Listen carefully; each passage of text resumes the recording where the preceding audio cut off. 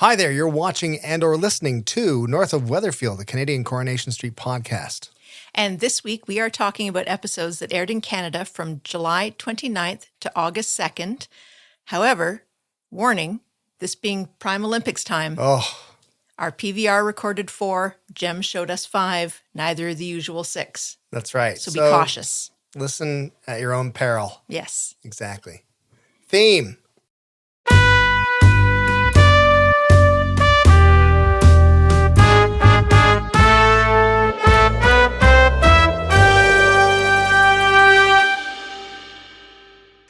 My name is Brittlestar. My name's Shannon. Of course, these aren't our real names. Our real names this week are...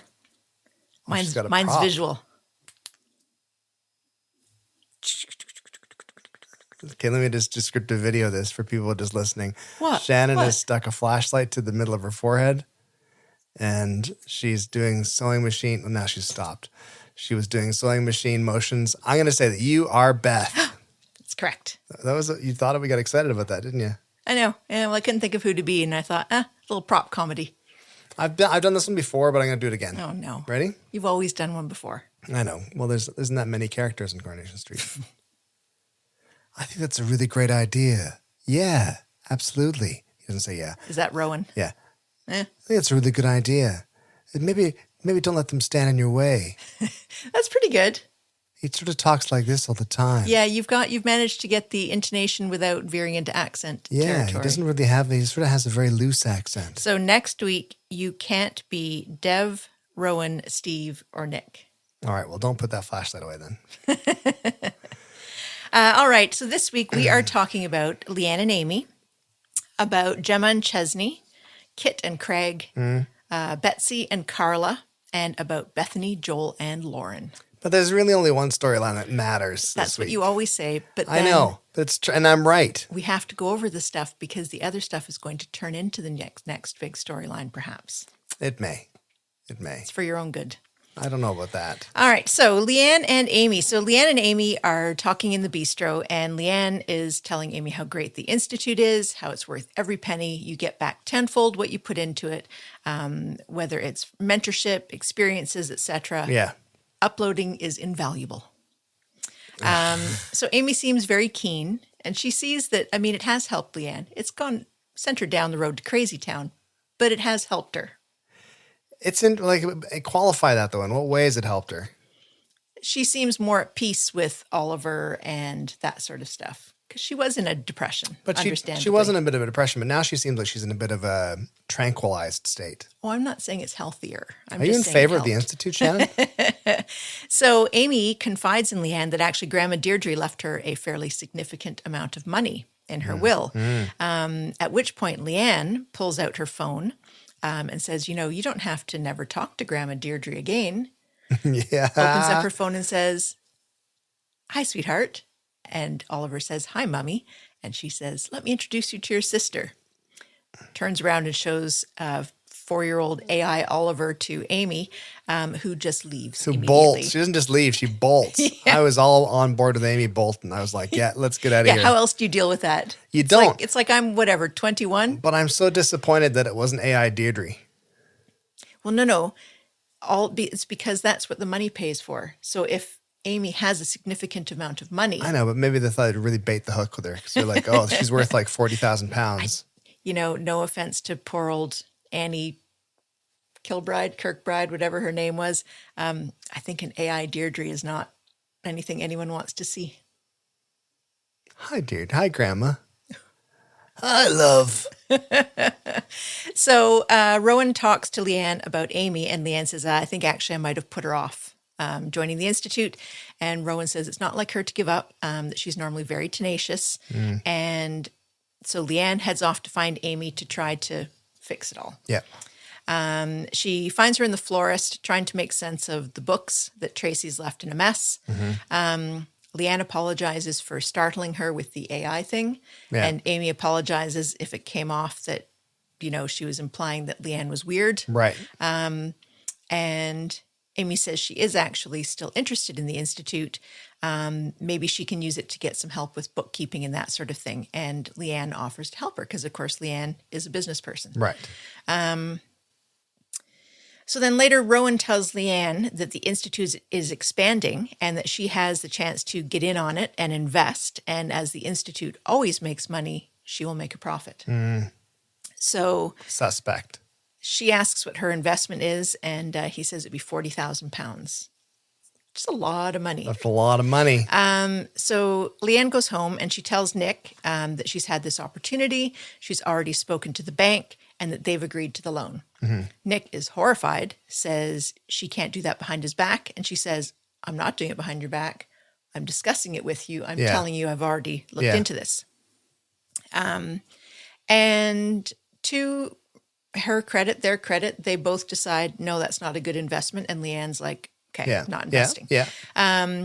So Leanne is at the pub celebrating Amy joining the Institute when she takes Rowan aside and tells him that she's not going to be investing. And Rowan's sort of needling at her and sort of saying, oh, is that because your husband won't let you spend your money? And Leanne says, nope, we're a couple, we're partners, and we have to both agree to spend this large amount of money. End of discussion. Yeah. So that was good. Yeah. Here's my question. Okay.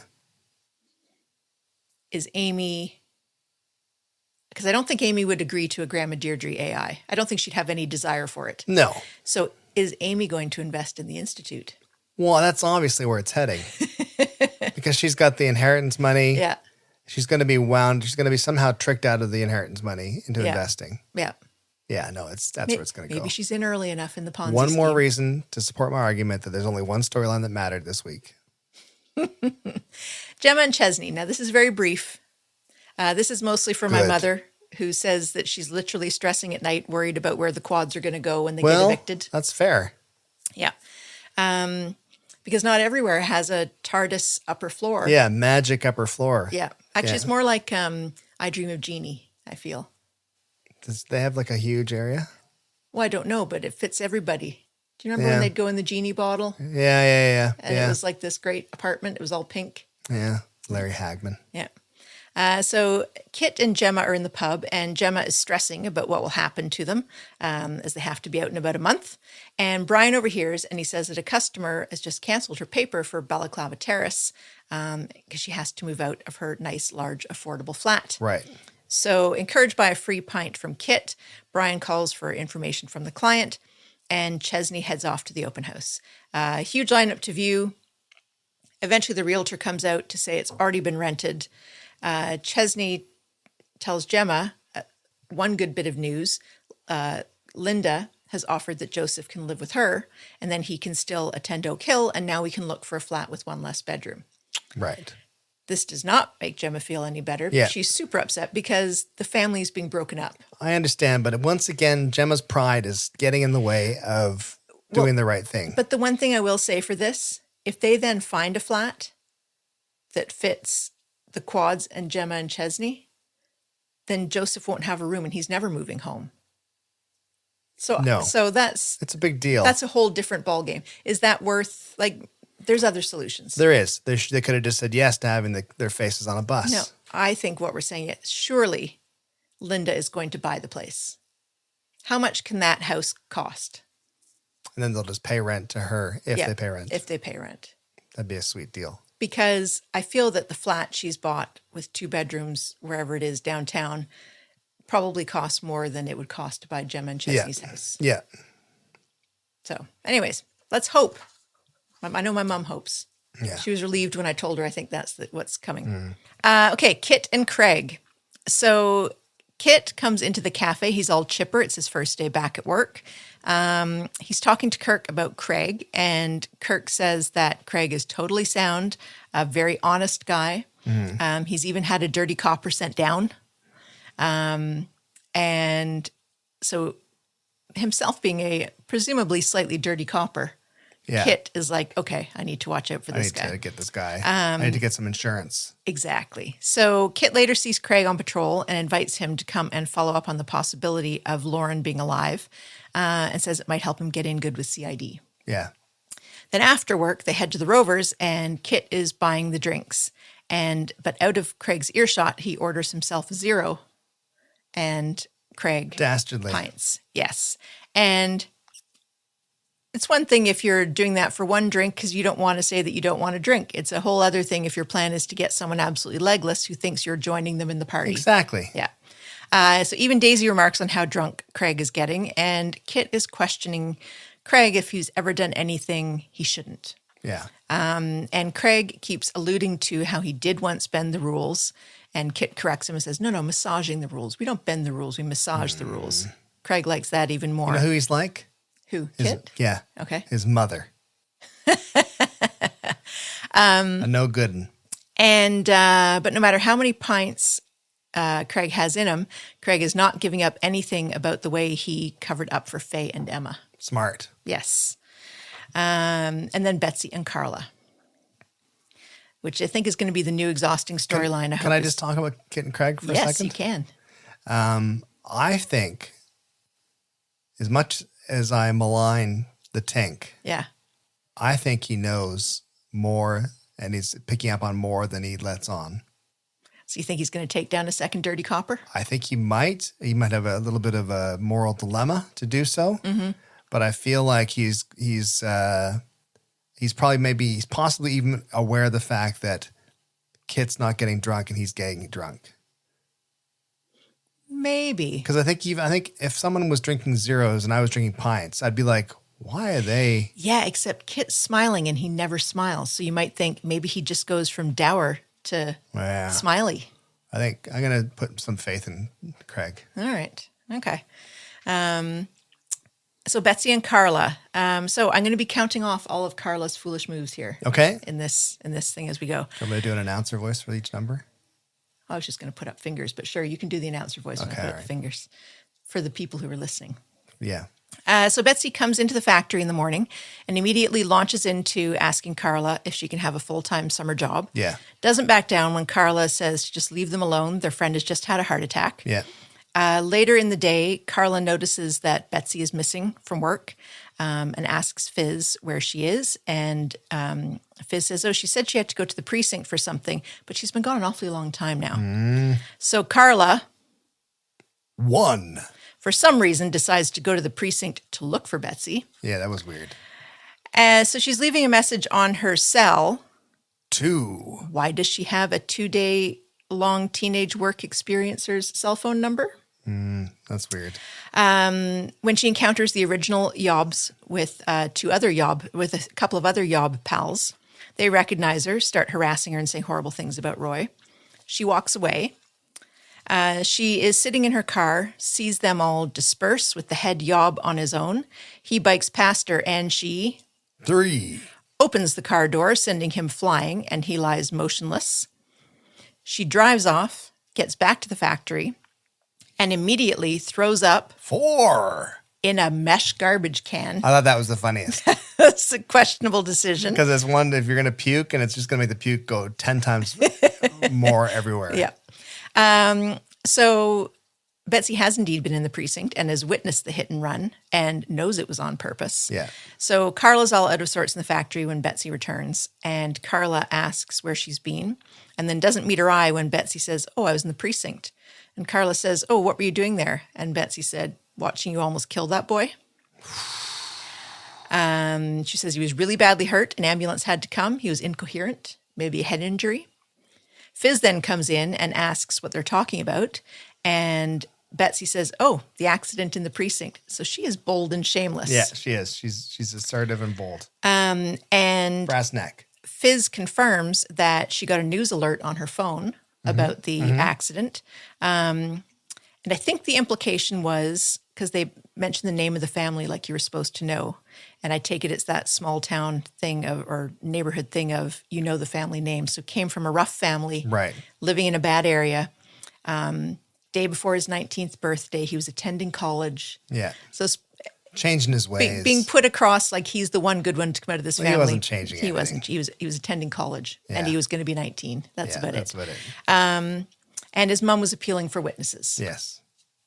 So Betsy later tells Carla that she'll keep silent about it all if Carla gives her a summer job, which is all she's been talking about. Which I think is a really good sign of her age as well. She get tens of thousands of pounds, or just give me a summer job. Yeah, yeah, because she actually likes the job. Yes, yeah. Yes, she's she's being horrible to people to get something that she might be able to get anyways. Yeah. So she is lording it over her, and Carla eventually says she's just going to go in and confess. She has to go away and check an order, and when she comes back, Lisa Swain, I've learned her first name, so I wrote it down. Lisa Swain is there with Betsy, and Betsy says, "Oh, Mom, Carla wants to tell you something." Carla panics and instead says, "We're giving Betsy a summer job." So the next day, Carla runs into Betsy in the cafe before work, and Betsy pressures / blackmails her into paying for her breakfast. Joel is getting texts from Betsy demanding to meet up with him and for him to give her more money. So at work, Betsy says she's leaving early for lunch. When confronted over not being allowed to leave early by Kirk and Beth and everybody, basically, she says she needs to leave early. And Carla says, well, you have to come back still 1 hour later. And she says, we'll see. And she just strolls off earlier than she was supposed to in front of everyone. Yes, which is the worst.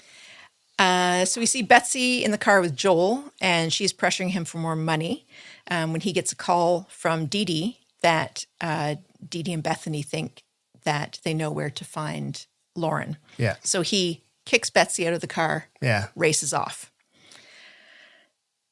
Carla's had enough of all this blackmail. She heads to the police station. When Swain comes in and sees her, Carla asks if there's somewhere they can talk. So they are in a room when Swain gets a call from Betsy to come pick her up. She's in a bad area, doesn't know where she is, and needs help getting home. This is after being kicked out of Joel's car. Yeah. So Carla says she'll go with. And as they collect her, Swain gets a call, presumably about Lauren's possible reappearance, and says she has to go. And Carla... 5. That was a bit slow on the mark. I didn't know. You thought I was waving? I thought you were like holding it, like she did something with her hand. No. Oh. And Carla... 5. Offers to take Betsy back to her flat. That was weird. It's like, you're not dating yet, girls. This is 5.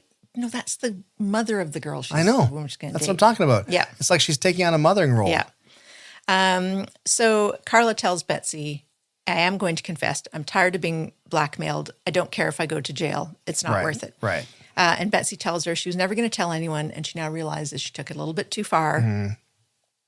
She's leaving Carla's flat, and she sees Beth sneaking into the factory and follows. But And she finds Beth working on a machine in the dark using only a headlamp. do you want to get your headlamp back out?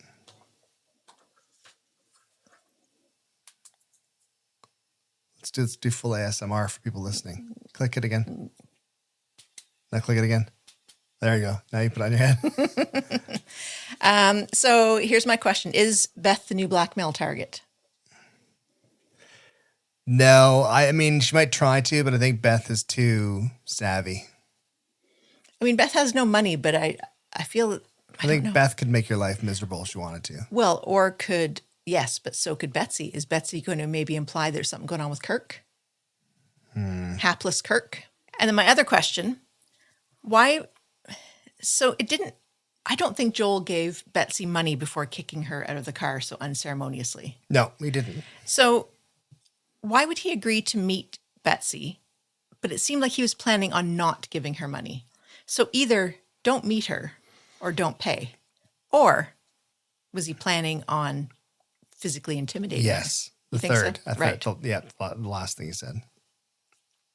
Is she intimidatable? Does Joel know that she's Swain's daughter yet? I don't think so. I don't think so. Right. Yeah. So he thinks he's got another... Waif. Yes, Yeah. waif and stray who's not got any support system. Yeah. Right. Okay. All right. We'll see. All right. Now on to the big one. You'll be Oh, glad to know. thank God. I'm so happy watching this week because there was like, it's fun when there's lots of storylines happening. Yeah. But I also like it when it's like there's one story happening. You can just follow through. Yeah. Yeah. Exactly. So Bethany, Joel, and Lauren. So Joel is, so we're back in the room in the hospital where Joel has yanked Lauren into. And Joel is processing the fact that he's just found out Lauren is pregnant. Yeah. And she tells him that she's 5 months along. She makes it very clear that she is keeping the baby. The baby is hers. He has nothing to do with the baby. Not in a way of, no, you don't have to worry about the baby. She's like, nope, Don't touch it. Not your baby. I have my really baby. liked the scenes with Joel because in the hospital and stuff, and now that we know he's a baddie, because he looks different. Yes. They've changed his hair slightly. It's down a bit more. But not that much. Yeah. Exactly. And he just looks like totally evil now. Yeah. No, there's good acting on all parts here. I'm enjoying it. So she tells Joel, listen, you left me for dead. And she said, it's an unimaginable feeling being left for dead. And she describes how she had to hold her breath so that he would think she was dead and leave, how everything was sore, how her head hurt. She had blood covering the back of her head. As soon as she heard him leave, she left and she ran nonstop until she got to the city center, where she begged for money until she had enough for a bus ticket away. And she won't tell Joel where she went to. Yeah. Because she's not a fool. So Joel's trying hard to gaslight her, tells her he never really meant anything by any of this. It wasn't trying to be he's trying difficult. to play it down. He says that after he essentially accidentally, clubbed her over the head with a Whoops. piece of furniture, Yeah. he panicked, and instead of calling 999, he ran to go and get help. That's why he left. I like the scene where he was describing what he was doing. That's what we're coming up to. Yes. So he says that he tried to flag down an ambulance, but they were headed to a call and didn't see him, obviously. And then when he went back to the flat, the door was locked and he couldn't get in. Yeah. As he's telling this version, we see what really happened, which was Joel, once she was down on the ground and he thinks she's dead, getting a bit panicky, grabbing the necklace off the table, trying to leave by the back door, but he couldn't find the key for it. So he left, and I'd kind of missed this at the time until I was thinking this over, summarizing this. He left the door unlatched because he wanted to be able to go back in to clean up, essentially, which at first I thought it was maybe so that someone else could find her. But then I thought that doesn't make sense. No, he came back, with his suitcase, So we see him go through the door, stroll over to his car, turn on the radio, and just casually drive away. I loved it. I loved how he was describing, I did this and did that. And while he's saying those words, describing his actions, we see his actual actions that are nothing like that at all. Yes, they're the exact opposite. Yeah. And he doesn't notice then that the necklace falls out of his pocket and right under the seat of the car. So next we see Joel panicking, looking through the car, the seats, the glove box, the console. He's absolutely flipping out. He's yelling, turns to silent screaming, banging his head on the steering wheel, absolutely panicked. He then later turns up, parks in that same spot across from the flat, goes to the trunk, and takes out a big, huge, empty suitcase. Yeah. And just as he's about to close the trunk, he sees Bobby heading into the flats. So he jumps back in the car, kind of ducks down and watches. Right. And not too long after, he sees Bobby come back out, not looking like he just found a victim lying there. So as we know, Bobby went up, found the flat door unlocked, and had gone in and found fresh signs that someone had been there, but nobody there. Yeah. And so after Bobby leaves, Joel rushes up the stairs, but he can't get in because, of course, Bobby put the door back so that it would lock when it closed. So Joel can't go back in to see what's happened. So back in the hospital room, Lauren is standing firm. She's not accepting any rewrites from Joel on what happened. She tells him that for the first time ever, she no longer feels alone now that she has the baby, and that after being away from him for a while, she has realized that nothing was her fault, that she didn't deserve what happened to her. And she says she also realized that what triggers him into turning enraged is when she mentions Dee Dee. At this point, he lunges for her again. Yeah. And she kind of knocks him back. No, it doesn't. Kind of knocks him back against the wall, elbowing him, kicking him, and scratches his face, drawing blood before fleeing out the door. Joel follows her, but he stops at the corner because he sees a CCTV camera. Right. And so he pauses, and then he kind of fixes himself, and he covers his face and walks past. Meanwhile, Dee Dee is trying to call him nonstop on the phone. Right. He talks to her as he's running down the stairs. I was really hoping that Lauren would just run to the nurse's station. I know. Because if Joel knows she's The jig's up. alive, then her best way to be safe is to turn him in. Just come clean. Yeah. Yeah. Especially because she's got to think there's a chance now they'll be looking for her. Yeah. Anyways, Lauren runs outside slightly ahead of Joel, jumps in a cab, screams at the cab driver to go, and Joel is running along behind. Mm-hmm. So then Dee Dee is talking to Bethany in the calf when Joel comes in, scratch marks from Lauren on his cheek that he says were from a crazy former client. Dee Dee says, well, good timing. I was looking to talk to you both with regards to Nathan because it turns out that Lauren may be alive and the police are looking into it. Mm-hmm. So telling them because Joel had been Nathan's solicitor and Bethany because she would be very upset if Nathan were let out of jail. Yeah. So Roy has maintained now that he's properly awake that he did see Lauren, and eventually the nurse that spoke to Lauren confirmed to Nina that another blonde girl had been in before Nina. So the police are looking into it now. And Joel makes his excuses and leaves when he hears this. And Bethany asks what the girl was wearing, and then Dee Dee tells Dee Dee it sounds like the same girl who was using my credit card, my work credit card. So Joel has gone back and he's sitting outside Lauren's old flat for no reason, I think, than to just process and have a meltdown in private. Yeah. When Evelyn comes knocking on the window and tells him he looks like he's had a shock and that he should either go home or find a new line of work. Arriving back on the street and still very stressed, Joel sees D.S. Swain approaching Dee Dee and he assumes the worst. Dee Dee then sees him and he kind of drives forward, drives past, stops. He's a bit awkward. And Dee Dee says, Lauren's alive. And he says, I know. And then she says, well, how would you know? Yeah. Joel had thought the jig was up. Yeah. And she says that the police think that she's alive. They don't know what's happened yet. But so they don't know anything about his involvement. So Sarah then sees Dee Dee and Joel in the cafe discussing what's happened. And she tells them that Bethany thinks that Lauren might have used her credit card. So Bethany is trying to use the transactions to track down where Lauren could be. Right. Joel once again suddenly excuses himself from the cafe. And now he's using a crowbar to get into Sarah and Bethany's flat. Yeah. So not only is this man in June carrying heavy leather gloves with him at all times in that very tight-fitting suit. Yeah, yeah. Just in case he's strangling or beating someone. I haven't noticed a suit with that tight.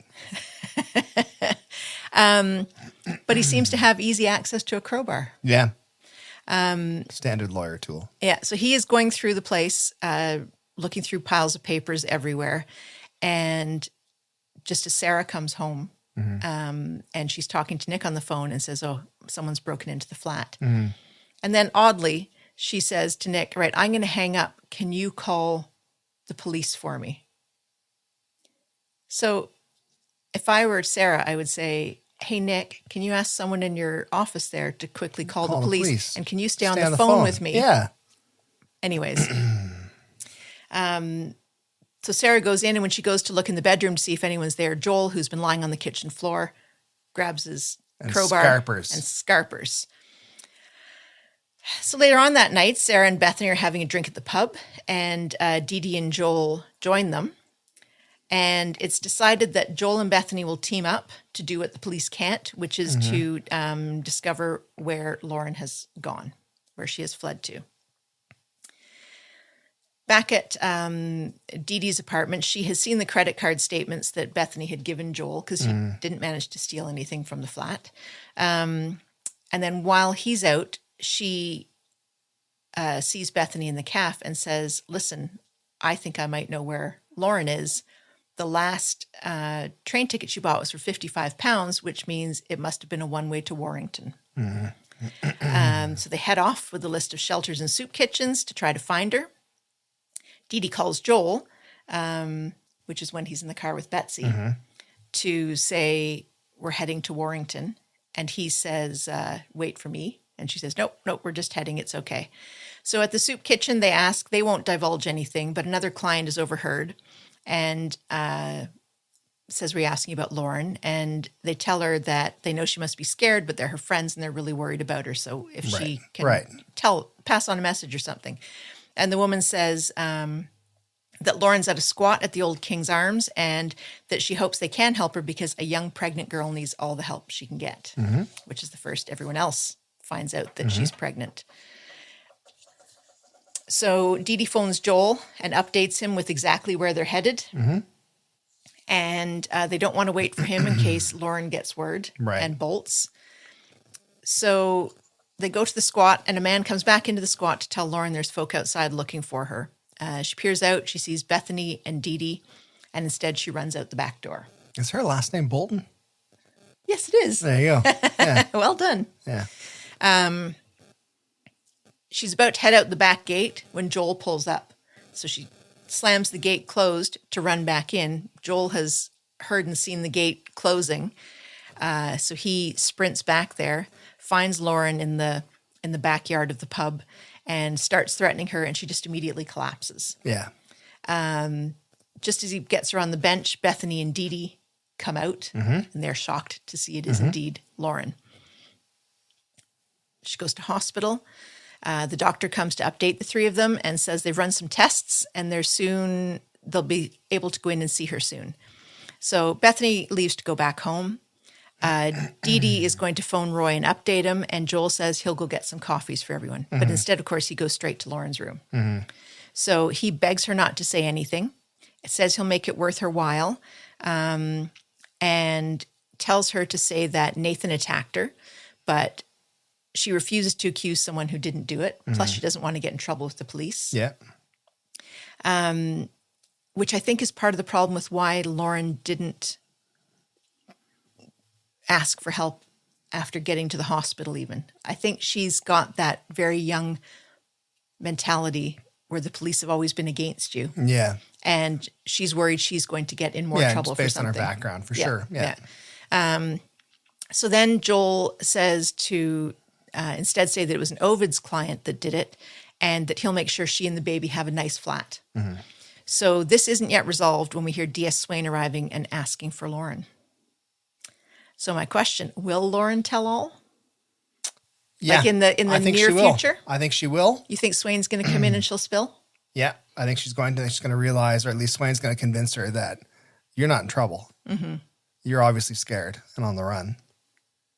So come clean. Will she be safe from Joel? Yes, I think so. You think so? You think that's just it? Joel's just going to get arrested and that's going to be done? It won't be just it, but it's going to involve a kidnapping or a hostage taking with Dee Dee. And some sort of threat to Dee Dee. But Dee Dee's no slouch. No. And Ed, he finds out about it. Ed will come barreling in. What'll he say? He'll probably say, "No, my Dee Dee." Probably like that. Probably something like that. Yeah, so there we go. That was pretty good. Big developments. So there was a little bit of humor in this week, but not, it was a pretty heavy week. So this one was quite funny, except it actually ends up being dark humor once you know what the whole situation is. But Joel talking to Dee Dee and Sarah about Bethany's investigating. Yeah. And saying she's like Tintin, our Bethany. She should get a little dog. I appreciated that one. It wasn't that dark. It's just Well, nice. no, it's dark when you know that he's the one who is responsible for everything. True. Then it's not funny. Yeah. Well, it's still funny, but he's the bad guy. And the other one I really liked was Kirk in the pub at the bar next to Rita. I do like how they have occasionally very disparate characters next to each other at the bar interacting because you know who everybody is. Yeah, totally. And Kirk says to Rita, "Guess who made it to Rochdale and back in 1 hour and 9 minutes?" And Rita says, "Give us a clue." He says, "It rhymes with turkey." Which is my favorite because he wasn't even going for Kirk. He was going for Kirky. My favorite moment for this past week wasn't even on the show. It was a comment by Mike. Oh, in the Substack comments? And it was in reference to the fact that last week I was telling how I had been trying to convince the cameraman who I'd been traveling with to start watching Coronation Street. Because he was like, there are murders in Coronation Street? He was like, he thought it was just all romance. I was What? like, no. There's tons of stuff happening. And Mike commented, I know I'm late. Brittlestar describing trying to convince Paul to join in on Corey. Sure sounded like Rowan trying to get someone to join the Institute to me. I think, Paul, if you just release your inner inhibitions and just join us in watching Coronation Street. Give in to the murder. Give in to the murder and the intrigue. Don't let others dictate how you can enjoy yourself. My other one I liked was Kirk and Mary at the bar. Mm-hmm. And Mary says, I think I'll have a dirty martini. And Kirk says, well, I think I'll have a clean pint of lager. I don't think he actually knows. No, yeah. That's our Kirk. Lovely moments. Again, not as many. Okay. We didn't really talk about Nick and Toya, but they did have a lot of, they were both just very calm and supportive of each other throughout this whole week. There's almost a little bit of a watching Nick and Toya let them have a couple of bonks. Well, I just go ahead. No. I just think, let them just quietly slip into couplehood and stay quietly together. Yeah. But I did like. I like my description better. I'm sure. Let them have a couple of bonks. Oh.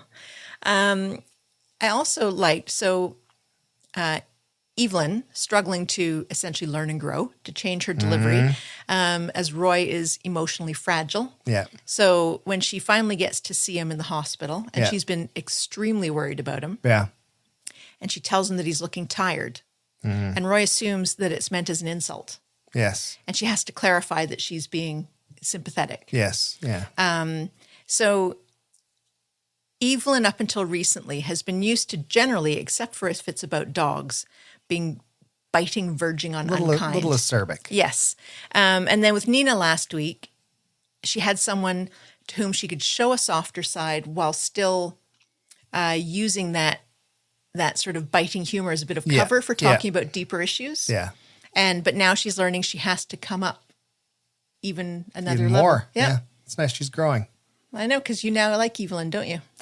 I don't like Evelyn yet. You no longer dislike her. I like her way more than I like Bertie. Bernie? Bernie. Both of them. That little Bertie. Can't stand him. He's not on much anymore. No, that's good. That's the only reason I'm still watching. I'm just kidding, Bertie, if you're listening. Just kidding. So there you go. Yep. So if you're in what's the word again? Oh yeah. Thank you for watching and or listening to North of Weatherfield, the Canadian Coronation Street podcast. Of course, you can subscribe with your email address and get an email notification every time we put a new episode out at weatherfield.ca. You can, of course, subscribe and follow at your favorite podcast platform and tell your friends. I don't know. That's all I have to say. Plus, subscribing with the Substack list means you can actually come in and comment like Mike did and took a swipe at me.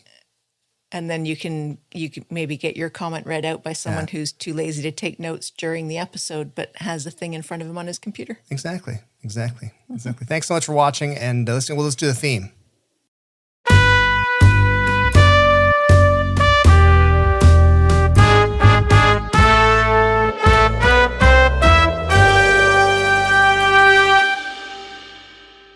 This whole episode, if Lisa and Owen have done their jobs, our video editor and audio editor have done their jobs, it'll be unknown to the listener and our viewer. However, your microphone has been drooping. Yeah. Nonstop. And you nearly died with a coughing fit. And I nearly died with a coughing fit. Because you looked at a fly. I looked at a fly and I immediately thought, oh God, he's in my throat. But I survived. So you'll never know. But now you know. Anyway, thanks so much for watching and listening. We'll talk to you, next week. See ya.